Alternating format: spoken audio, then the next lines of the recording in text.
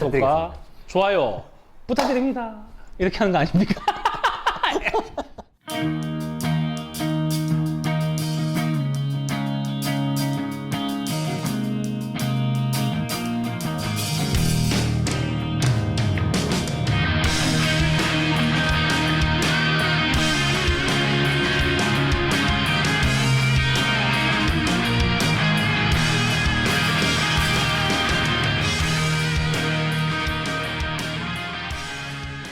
네, 안녕하십니까. 대구를 사랑하는 두 청년의 뭐고 대담한 썰풀이 대담하서 시즌3의 우리 8번째 방송이다, 그죠? 7월 첫 번째 방송을 시작하겠습니다. 와, 그 애청자 홍 씨께서 썰풀이를 자꾸 설풀이라고 한다고. 아, 썰이라 하는데 네, 그분이 대구 분이 아니신데. 그죠? 썰은 아니에요. 썰과 설의 중간이에요. 자꾸 저번 달 6월 방송이잖아요. 와, 저는 이거 아직도 모르겠어요. 6월. 와, 계속 6월 카더라고, 네. 6월. 예, 이런 것들 조금씩 고쳐 나가기로 했지만 쉽지 않습니다. 썰. 오늘 일요일 방송. 레드 썬. 일요일에 썬데이. 방송을 진행하는데 일요일. 예, 일요일 네. 쉽지 않네요, 진짜. 일요일. 어렵습니다. 어쨌든 대담아서 7월 달 첫 번째 방송입니다. 7월이기 때문에 드디어 우리가 의정 생활은 2년 차. 2년 딱 지났습니다. 이거 방송을 한 지는 2년이 조금 더 넘었고 저희가 의정생활 한 지는 벌써 2년이 됐습니다. 다음 방송에서 의정생활에 관한 얘기를 조금 더 네. 집중적으로 해보겠습니다. 오늘은 저번 주에 핫 이슈였던 것들 중에 한 가지를 뽑아서 정치 얘기를 해보려고 하는데요. 인천공항 사태를 조금 얘기해보고 싶습니다. 청년들 비정규직 문제랑 뭐 여러 가지가 합쳐져서 동의하시는 분들도 계시고 비동의하시는 분도 계시고 분노하시는 분들도 계시고 여러 가지 감정이 쌓인 것 같습니다. 그래서 이걸 좀 얘기해보자 해서 우리 작가님이 주제로 좀 선정을 해주셨어요. 작가 초이스. 작가 초이스 요즘 이런 게 띄우잖아요. 작가 초이스 뭐 이렇게. 그래서 좀 한번 해보고 싶은데 작가님이 저 그때 카톡을 주셨어요. 이거를 너무 청년들이 너네 모르는데 그러지 마라 이런 식으로 가지 말자 이 카톡을 주셨는데 아마 저를 저격한 카톡이지 않나. 제가 페이스북에 약간 그렇게 글을 적었습니다. 왜냐하면 이게 이 친구가 지금 착각하고 있는 게 뭐냐면 정현이의 스탠스는 20대 후반부터 똑같았거든요. 그 책임지자는 거였는데 청년 자기들이 근데 이게 청년이라 하기엔 더 이상 청년들을 대변하기엔 좀 많은 나이가 돼버렸잖아요. 네. 근데 그거 아직 그걸 모르는 거야. 그래서 뭐 그것도 그렇게 얘기하면 굉장히 위험한 얘기들을 할 수도 있는 거야. 아, 그것도 그런데 뭐 저는 사실 그때도 말씀드렸지만 저는 그거를 꼭 보라고 했던 분이 있어요. 이거 작가님한테 별명처럼 얘기하는 거지만 그분이 아마 이 방송은 보지 않을 겁니다. 대구에서 청년 그걸로 활동하시는 분들이 계세요. 청년들을 돕고 뭐 청년 활동을 하시는 분이 계신데 누구라고 밝히진 않겠습니다. 뭐 더 디테일하게도 얘기 안 하겠는데 그분이 페이스북에 이 사건에 관련해서 자기를 좋아하는 청년한테 전화를 받았는데 어떻게 해야 되냐 하길래 분노하라고 나가서 분노하고 이렇게 페이스북에 글을 쓴 거예요. 제가 그게 너무 화가 난 거예요, 사실은. 이 디테일한 거는 하나도 보지 않은 부분을 그저 연락 온 청년들한테 그냥 세상에 분노하라고 말하더라고요. 되게 중요한 얘기인데 이거를 뒤에 다시 한번 하면 좋겠어요. 네. 그림을 보면서. 제일 그래서- 먼저 이제 작가님께서 얘기했던 부분은 사실은 저희가 이 사안뿐만이 아니라 몇 년 동안 교류하면서 계속 얘기하고 있는 거거든요. 그러니까 청년들의 어떤 반응에 대해서 평가하기 이전에 그 정서들이 어디서 오는지 제발 이해 좀 하고 가자는 거였거든요. 인천공항 정규직 전환에 대해서 이게 옳냐 그러냐 얘기를 하기 전에 여기에 예민하게 반응하시는 청년들이 왜 그런가에 대한 좀 이해가 필요한 것 같아요. 그냥 아주 단순하겠죠. 제가 이해 단순할 것 같은데 너무 많은 것들을 짐지어져 버렸잖아요. 그 어떤 수혜나 이런 건 없는데 뭐 경쟁이나 이름 여러 가지 뭐 스펙이란 이름으로 너무 많은 것들을 주어져 버렸다는 거죠. 그러니까 이미 너무나 겁나고 너무나 두렵고 너무나 불평등한 것 같은 상황을 계속 만들어져 버렸다는 거죠. 그 상황은 전혀 해결이 되지 않은 상황이에요. 분명히 아직까지도. 그래서 어떤 상황이 나올 때마다 거기에 대해서 민감하게 반응하실 수밖에 없는 거죠. 여기에 대한 공감과 이해가 제일 먼저 돼야 된다는 게 손 작가님 생각이기도 하고 제 생각이기도 하고 그렇습니다. 이분들이 분노가 이분들의 어떤 생각들이 옳냐 그르냐를 판단하지 일단 말자는 얘기죠. 왜인가에 대한 그 공감대부터 저를 포함한 기성세대들이 만들어낸 이 세상이 얼마나 지금 불건정하고 위험하고 그들에게 정글 같은 곳인가를 좀 이해를 했으면 좋겠어요. 뭐 얘기 돌아가 볼까요? IMF 사태 지나면서 김대중 정권에서 비정규직화를 시켰잖아요. 어쩔 수 없는 상황이라는 이유로. 근데 실적으로 노동 여건을 악행시키는 기제로 작용해 버렸다는 거죠. 그리고 그거를 가장 큰 피해를 입고 있는 건 아직까지도 청년들이고. 우리 때랑 비교해 보세요. 학점만 해도 지금 제가 사실 학부생이지 않습니까? 제가 원래 학부생일 때랑 차이가 어마어마하게 날 만큼 너무 중요한 게 됐더라고. 저희 때는 뭐 2.8만 해도 괜찮았는데 뭐 3.8, 3.4면 막 위기라고 느끼는 그런 상황들이 만들어졌다는 얘기죠. 이 비단 이 학점 하나만뿐만 아니라 뭐 토익이든 뭐 영어 성적이든 모든 것들이 조금만 삐끗하면 너희들은 낙오자가 되는 문화를 이미 기성세대들이 만들어냈다는 거죠. 세대가 다릅니다. 네. 저는 이미 시. 3.8은 뭐 반세대가 다르네요. 이미 없고, 저 때는 대학병원 취직을 목표로 둔다면 4.0이 안 넘는 사람은 뭐 서류를 낼 필요도 없었죠. 4.0 이하는 뭐 보지도 않는 시대가 저 때 벌써 돌입이 그러니까. 완전 왔었죠. 보통 남자들 군대 갔다 와서 좀 정신 차려서 공부한다 이런 거였잖아요. 제가 군대를 갔다 와서 만난 1학년 학생들이 다 남학생들이 전부 장학금을 받거나 상위 성적권을 유지하고 있었어요. 얘들은 군대 가기 전인데 왜 이렇게 열심히 하나? 근데 이미 제가 군대 가 있는 그 몇 년 사이에, 저 군대 휴학하고 군대 가고 해서 한 2, 3년 정도의 사이에 분위기가 확 변했더라고요. 기성세대는 아직도 계속 이제 강요하지 않습니까? 청년들의 삶에 자신들을 삶을 돌아볼 시간도 안 주면서 계속 뭐 경제력 뭔가 해내야 되고 뭔가 열심히 할 수 있고 이런 소위 말하는 왜 일본의 간발의 문화 있지 않습니까? 힘내라 문화가 우리나라에도 그냥 만행이 돼버린 것 같아요. 이런 상황에서 이런 오해가 생기신 거죠. 이게 열심히 공부하고 있는데 공부 안 하는, 그러니까 노력 안 하는 일부의 사람들이 불공정한 혜택을 받은 게 아니라고 오해를 하신 거죠. 이게 오해에 난인 상관없이 거기에 대해서 이제 겁을 내고 분노한 상황들에 대해서 이해를 해야 한다는 얘기죠. 그리고 여기서 작가님 잘 적어주셨는데 지금 그러면 우리가 뒤에 말할 팩트 체크를 통해서 이제 우리가 확인해 볼 바를 이제 봐야 되는데, 그러니까 지금 상황이 문제가 뭐냐면 그 모든 상황들을 객관적으로 시간 여유를 두면서 파악할 수 있는 여유가 청년들에게 주어져 있느냐는 얘기예요. 올바로 판단 못하는 너희들이라고 얘기할 만큼 그 사람들한테 기회나 여유를 줬냐는 얘기죠. 또 이런 문제들이 연결돼 있다는 것인데, 그 결론은 이 모든 삶 속에 이런 현상들이 벌어지는 기본 토대들에 대한 재점검과 반성과 이해가 해야 된다. 그 모든 책임은 우리 기성세대들에 있는 것이고, 거기에 대한 우리의 잘못에 대한 사과, 그리고 그들의 분노와 두려움에 대한 공감부터 시작해야 된다는 게 이 문제의 본질이다. 연기되겠습니다. 사과하라. 사과하라! 사과하겠습니다, 이제부터. 기성세대를 제가 오늘로서 기성세대가 돼버렸어요. 기성세대예요. 어디 자꾸 지금 빠져나가려고 하노? 제가 여기 감정적으로 청년의 심취해서 여기 들어와 있었는데 저는 기성세대였군요. 진짜. 한번 돌이켜보세요. 왜? 내가 당신 나이일 때 한창 형이었다 아니에요? 그러니까 생각해보면 당신도 이제 그 나이가 된 거예요. 예, 안타깝습니다. 왜냐하면 제가 이 감정적으로 좀 이게 있는 개인적인 이유가 조금 있죠. 저는 그 말씀하신 것 중에서 이 비정규직 문제에서 저는 비정규직 법이 통과되고 난 뒤에 그 통과시킨 내용을 제가 너무 잘 알고 있거든요. 그 우리 달서구 국회의원이었던 조원진 국회의원이 이번에 낙마했죠. 정말 행복합니다.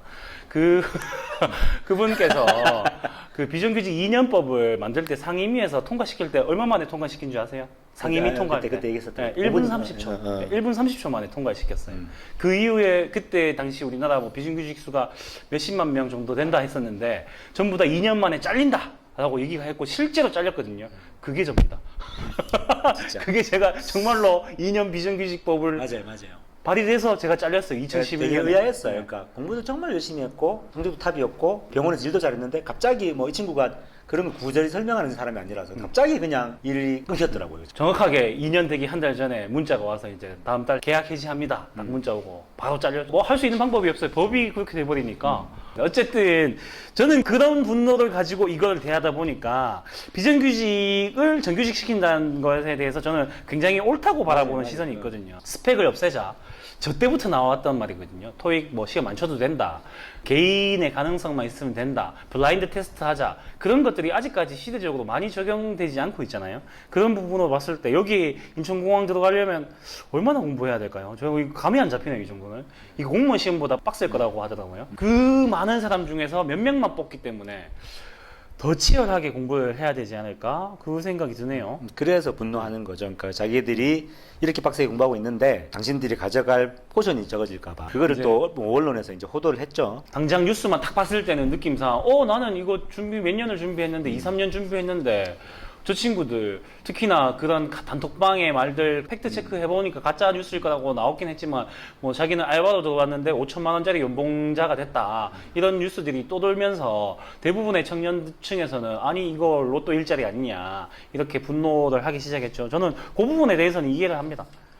그런데 그 뉴스들이 가짜였다는 거. 네. 그걸 그걸 지금 한번 한번 하나하나 체크를 해보시면 네. 좋겠어요. 첫 번째로 정규직화가 왜 됐는지 정부의 방향이나 방향성을 한번 확인해 보면 국민 생명 안전과 관련된 직종은 직고용을 하자는 정부의 이제 방침 같은 겁니다. 그러니까 이게 안전한 나라로 가자는 거기에 대한 기본적인 바탕이 있는 거기에 대한 거는 아마 동의를 하실 거예요. 그래서 소방공무원, 보안요원, 그리고 야생동물 통제요원 등을 직고용하는 가운데 이들도 이제 보안검색 직원들도 이 안전과 관련된 일이다 해서 1900여 명을 이제 직고용하겠다라고 시작한 거고요. 남구에서도 이런 게 있었잖아요. 남구 우리 CCTV 관제사들도 이렇게 됐는데 기본적으로 우리가 관에서 영역을 많이 준단 말이에요. 아웃소싱이라고 네, 하죠. 그러니까 이게 노동 문제와 관련해서 굉장히 큰 문제들을 낳고 있는 거죠. 그래서 관에서 지금 직고용을 하자는 거는 지금 계속되어왔는 정책이고 저는 아주 바람직한 현상이라고 생각합니다. 그래서 지금까지는 아웃소싱으로 보안 요원들이 이제 고용이 됐었는데 인천공항에서 직고용이 되는 거죠, 정규직으로.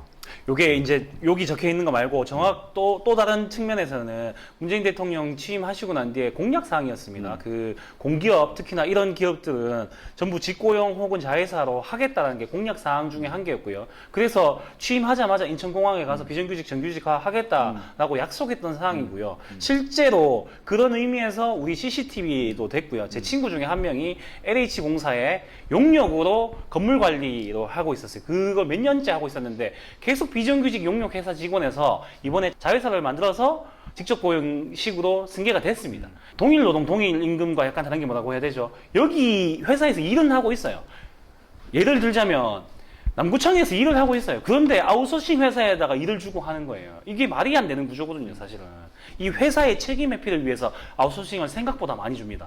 이런 보안이라든가 건축물 관리라든가 소방공무원, 뭐 야생동물 통제원 이것뿐만 아니라 굉장히 많거든요. 사실상 우리가 그때 비용 추계해봤는데 CCTV 관제사들 남구에서 아웃소싱하고 있었던 것을 그대로 남구가 가져와도 비용은 거의 똑같습니다. 더 줄었어 사실은 실질적으로. 네. 더 줄었어. 향후에 근데 몇 년 뒤에 뭐 진급하고 이런 것 때문에 조금 더 나갈 가능성이 있어요. 그래도 더 그거는 줄 거예요 아마 생각. 크게 많이 뭐 플러스 마이너스 했을 때 피해 보는 건 없다. 혹은 이득일 수도 있다. 이 정도로 생각하시면 돼요. 왜냐하면 관리나 이런 것들은 훨씬 더 용이하다. 그렇죠. 비정규직으로 놔두게 되면 어떻게 되냐면 봉급이 계속 갖고 일에 대한 어떤 동기부여가 없기 때문에 관두시는 분들이 굉장히 많아요. 그럼 새로운 직원을 오게 되고 새로운 직원에 대해서 아웃소싱 회사에서 그렇게 많이 교육을 한다거나 그렇지 않습니다. 거의 대부분 또다시 바뀌고 전문성 떨어지고 이게 계속적으로 남을 거거든요. 차라리 직접 고용해서 전문성을 유지해서 가는 게 훨씬 더 좋을 수 있습니다. 그런 얘기 있잖아요. 지금 그러니까 열심히 공부하는 사람들의 자리를 뺏어간다.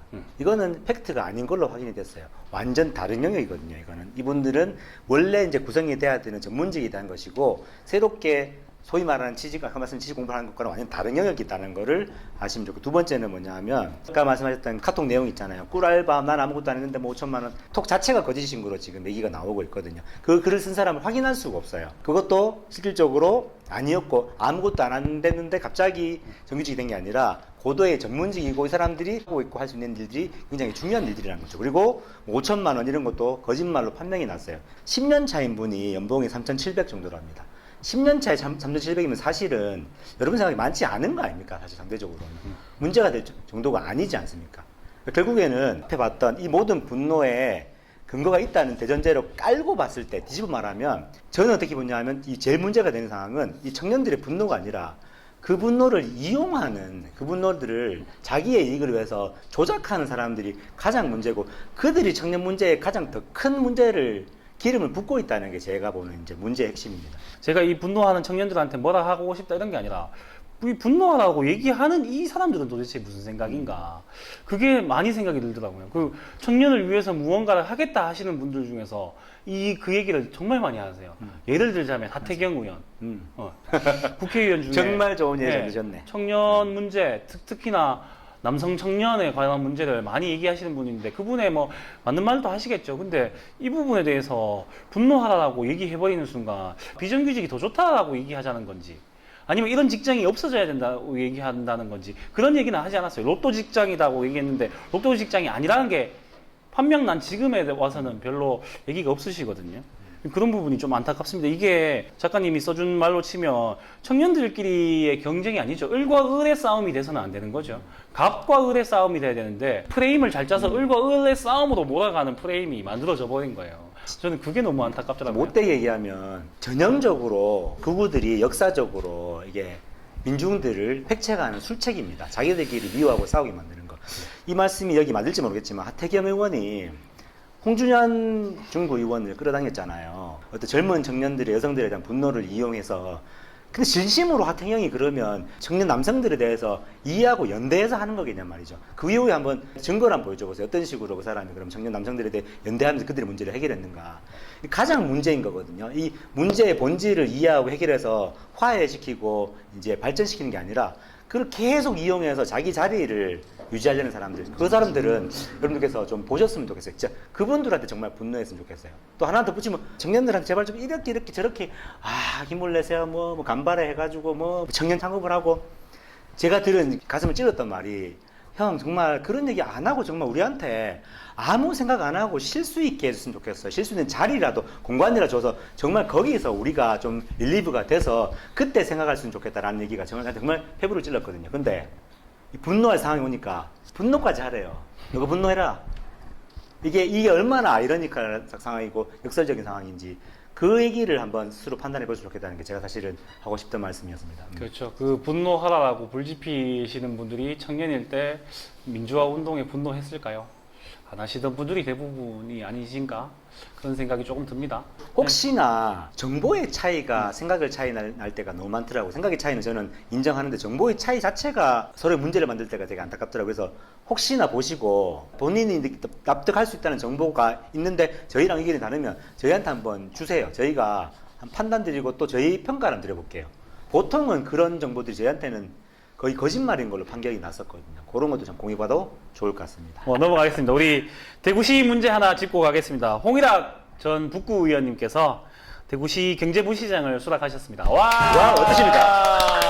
전 진심으로 저희는 뭐 반갑습니다. 10% 찬성이고 지지입니다. 네, 지지하고 있습니다. 의원님 보시고 계십니까? 부시장님 보시고 계십니까? 다시 한번. 네. 자, 가능하겠어요. 뭐예요? 한번 해볼소. 정치력을 발휘해볼소. 우리 뭘요? 대담하게 모시는 거. 홍일학 부시장님을 모실 수 있는지 한번 아니, 우리가 가면 되잖아요. 네, 저희가 20분만 한번 시간 내주시면 그죠. 저희가 달려가겠습니다. 가겠습니다. 부시장님. 갑자기 힘들어졌네요. 오늘 힘드네요, 좀. 어쨌든 홍일학 부시장님이 수락을 하셨습니다. 저희는 좋게 생각하죠. 부시장께서 수락하면서 했던 말 중에 저는 가장 와닿는 것 중에 한 개가 진심이면서 그 안에 모든 수가 담겨 있구나 생각했던 게 자기도 고민을 많이 했는데 어쨌든 대구가 도와달라 하면 나는 대구를 위해서 활동하겠다. 이 말이 저는 진심이면서 그 안에 많은 묘수들이 담겨 있지 않나 라는 생각이 듭니다. 여러 가지 우리 당만 봤을 때는 안 좋다고 얘기하신 분들 당원들도 많이 계시고 우리 당내에서도 반대도 많았습니다. 민주당에서는 당내 반대도 많았지만 솔직히 제가 느끼기에는 6대4였어요. 반대가 조금 더 높았던 거예요. 네, 그런 느낌이 있었죠. 그런데 당보다 더 중요하게 생각한 게 지역이다라고 생각하신 거에 대해서 저는 아주 높이 평가합니다. 그리고 저는 아마, 그게 네. 말씀 잘하셨는데 장기적으로 당을 위해서도 가장 중요한 결정이 될 거다. 저는. 그럴 수 있겠죠. 뭐 정치적으로 협치를 했다. 뭐 이런 것도 여러 가지 중요하겠지만 어쨌든 대구의 입장으로 봤을 때는 굉장히 좋겠죠. 뭐 이런 마음을 가진 분들도 계실 거예요. 홍일학 부시장이 되면 괜히 대구에 해줄 거 해주고 또 다시 이쪽 사람들이 다 저쪽 당 찍는 거 아니냐 어차피 뭐 해줄 필요 있냐 이렇게 생각하시는 분들도 계셨는데 그러면 그렇게 해서 대구를 다 죽여버릴 겁니까? 그렇게 될 수는 없잖아요. 사실은. 맞습니다. 그렇죠. 대구를 조금이라도 살릴 수 있는 기기를 모색했다. 이 정도로 생각하고 가시는 게 좋을 것 같아요. 말씀하신 것처럼 아무도 안 알아줄지라도 제대로 된 정치인이라면 해야 할 일을 하는 게 맞고. 네. 근데 저는 어떻게 생각하냐면 그 다음 일을 봐서라도 혹은 이제 실리를 봐서라도 분명히 도움이 될 겁니다. 왜냐하면 잠깐 저번에 말씀드렸지만 홍일학 의원은 한 분이거든요. 딱 한 분이에요. 홍일학 시장이 부시장이 딱 한 분이에요. 그 한 분이 하는 게 제대로 일을 하는 게 드러나지 않겠냐는 얘기죠. 또 저는 언론이나 시민들의 그 이목이 집중될 거라 봅니다. 네. 문제가 되는 것은 일을 못했을 때예요. 일을 못했을 때 그럼 욕먹는 건 당연하겠죠. 그리고 받아들여야 되는 거고. 근데 저는 일을 잘하실 거라고 확신하거든요. 지금까지 몇 년간 역사를 봤을 때. 솔직히 말씀드리면 다른 일은 솔직히 모르겠고 경제부시장은 홍일학 의원님이 가장 일을 잘하실 장소가 아닌가라고 저는 네. 개인적으로 평가합니다. 원래 산자부에 계셨고 또 사업을 하셨기 때문에 그런 쪽으로는 굉장히 깨어있다라는 평가를 많이 받으셨 비공식적인 어떤 이야기에 의하면 대구에 가장 많은 예산을 따오신 분이 홍일학이다라는 게 많은 공무원들의 의견이셨습니다. 맞습니다. 그 부분에 있어서는 뭐 이쪽 세계에 발 담그고 계신 분들은 정말 많이 들었을 거예요. 국회의원이 예산 따온다 이런 건 사실 우리가 네. 지방자치분권 차원에서 의미가 없잖아요. 근데 그렇죠. 지금 상황에서 사실 부시장이 예산을 따온다 이거는 사실 엄청난 큰일입니다. 걸 수 있어요. 네. 완전 다른 큰일이죠. 집행부니까. 네. 네. 그러니까 이 시스템 말씀드리면 기초지자체, 자치단체가 예산이 없기 때문에 중앙정부의 예산을 매달리게 돼 있습니다. 그래서 기재부 가서 저는 우리 구청장님이 대단하다고 생각하거든요. 조재구 남구청장이 대단한 이유가 본인이 직접 가서 PPT 발표하고 얘기해서 예산 따옵니다. 그러니까 구청장이면 보통 한 2급 대우 받거든요. 2급 대우 받는 사람이 1급 대우. 뭐 1급 대우는 장관급이라서 서울시 장관은 급이야. 또 달라. 특급이야. 서울시장이 제가 볼 때 그거 또 1급이라는데 있어. 하여튼 뭐 그 정도 급 받는 사람이 서울에 기재부에 4급 5급 국장과장한테 가서 비는 상황이 나와요. 재밌죠? 그걸 얼마나 잘하느냐가 잘하는 분들이 계세요. 뭐 경북도지사 이런 분들 그렇죠, 잘하시고요. 그렇죠. 근데 대구시장은 안 하는 걸로 알고 있습니다. 대구는 제일 역사적으로도 계속 제일 취약한 네, 곳으로. 절대 안 하시는 분 중에 한 분이죠. 다른 타구에 안 하시는 분들도 많이 있습니다. 저 알고 있는데 말하진 않겠습니다. 그런데 홍일학 부시장은 분명히 잘 해내실 거다 이런 부분들. 그래서 기대가 됩니다. 그 부분에 있어서는. 저희가 계속 추적을 할게요. 네. 어떤 거를 잘 하시는지 네, 못하시는지. 잘한 거 못한 거 저희가 요거는 뭐 올 연말까지 대담마수 진행하면서 이런 거 있었다 알려드리는 거 아마 뉴스 잘 안 날 거예요. 이슈적으로 큰 뉴스에서는 뭐 부시장 이거 수락했다 이것만 나오지 뭐 어떤 일을 했다 얘기는 안 할 건데 저희가 계속 그럼 경과 사실은 보고를 우리 좀 남부에서 해드리겠습니다. 중요한 게 하나 있거든요. 그래서 그게 만약에 진행이 되면 네. 저기서 공개를 하겠습니다. 네, 이 말씀 할까요? 홍일학 부시장님 취임 날에 김경수 경남도지사가 오기로 했답니다. 그래서 이제 시장님이랑 만나게 되겠죠. 이것도 굉장히 좀 뜻깊은 왔다 간 거 아닙니까? 아닙니까? 왔다 갔죠? 왔다 갔다 이제. 왔다 갔어요. 이렇게. 취임식을 따로 하지 않고 만났다. 그냥 와서 만나서 아, 이 협치하자. 취임날 오케이, 죄송합니다. 예, 예. 했습니다. 만났다. 취임식을 따로 하지 않았습니다. 그리고 다시 한번 얘기해 주세요. 예, 다시 한번 자르지 말고 그냥 갔습니다. 자르- 이거 자, 홍일학 자, 홍일학 부시장님 취임 내가 보고라고 내가. 만났음해 주시지. 그거 하나 더 하세요. 그거 얘기했잖아요. 홍일학 의원한테 권한을 안 주면 어떡하나 했는데 인사권 준 거 아시죠? 아, 못 들었어요. 그거 얘기해 인사권을 주세요. 얘기해 줬습니다. 그 우리가 걱정했던 것 중에 한 개가 협치하자 해놓고 불러놓고는 아무런 권한을 주지 안 주고 일을 못하게 만드는 거 아닌가라는 걱정을 했는데 시원하게 인사권을 줘버렸습니다. 부시장이 결정된 인사권으로 권영진이 제가 하는 걸로 방식으로 여기에 한다고 하니 대해서도 이제 예. 그 미래통합당 지지자들 분 중에 정말 이게 권영진 시장이 바보 같은 짓을 하는 거다. 왜냐하면 스스로 일을 못 하고 있고 스스로 인력풀이 없다는 거를 보여주는 거 아니냐. 근데 그 말이 맞을 수도 있지만 저는 높게 평가하는 게 이런 부분, 그러니까 지금의 한계들을 스스로 인정한 거고 그리고 한계들을 극복한 방법들을 꼼수가 아니고 제대로 이제 제시한 거고 그죠. 그래서 저는 아주 좋은, 특히나 우리 대구에서는 반드시 가져가야 될 이 협치의 모델이 아닌가라고 생각합니다. 예, 그런데 우리 대구에서는 계속 같이 가야 되는 거니까 네. 그죠. 그런데 말한 것처럼 대구시청 앞에서 시위하고 있습니다. 그 우파들 사이에서 대구시장 왜 민주당에 주냐 뭐 시위 벌써부터 하고 근데 있더라고요. 우리 참 잘못한 거를 인정하는 건 아름다운 일 아닙니까? 그게 그러니까. 아니라서 지금 우리 정치가 좀 문제가 되는 안타깝습니다. 거죠. 어쨌든 홍일학 경제부 시장님 기대됩니다. 제가 한번 모셔보도록 나는 모시는 게 더 기대돼요. 예. 노력하겠습니다. 해보였어 제가 좀. 노력해보겠습니다. 지금 저희가 한번 찾아가 보는 걸로. 플러스를. 예. 자, 그러면 우리 정치 사회 얘기는 여기까지 하고요. 오늘도 저희가 한 2주에 한 번씩은 게스트를 네, 그렇네요. 한 달에 한 번 혹은 2, 3주에 한 번은 게스트를 모시는데 우리가 오늘 아니고 손 작가님이. 예, 손장님 역시 맞습니다. 작가님께서 우리의 비밀 작가님께서 항상 이렇게 특별 게스트, 와 특히나 S급 게스트 항상 모셔옵니다. 그래서 잠시 후에 우리 게스트 모시고 진행하도록 하겠습니다. 감사합니다. 안녕.